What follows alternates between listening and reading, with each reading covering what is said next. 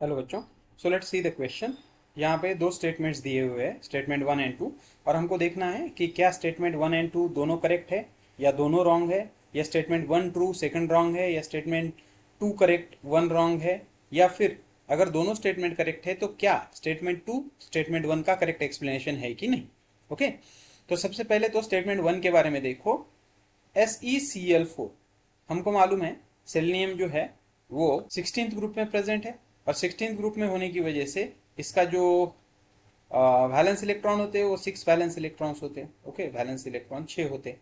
मतलब अगर हम इसका हाइब्रिडाइजेशन कैलकुलेट करें यहाँ पे तो Z इज इक्वल टू आएगा half into valence electron 6 plus unpaired monovalent atom 4 है क्लोरीन, तो इसका हाइब्रिडाइजेशन आएगा 1/2 इंटू 10 मतलब 5।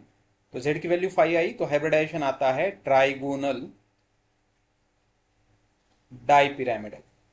स्टेटमेंट वन में दिया हुआ है कि SeCl2 does not have tetrahedral geometry. Okay, तो ये तो करेक्ट है क्योंकि इसकी ज्योमेट्री जो होती है वो ट्राइगोनल बाइपिरामिडल होनी चाहिए एक्चुअल। लेकिन इसमें देखो यहाँ पे 5 आ रहे हैं लेकिन यहाँ पे 4 ही बॉन्ड है, मतलब एक यहाँ पे होता है लोन पेयर।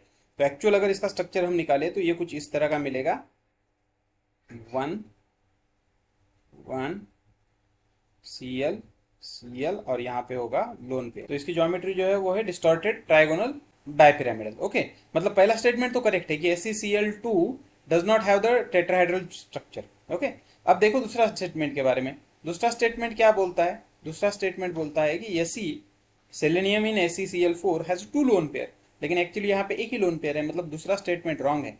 पहला स्टेटमेंट करेक्ट है, दूसरा स्टेटमेंट रॉन्ग है। तो यहाँ पे if statement one is true and 2 is false. So that is the correct option. So hope you understood it well. Best of luck.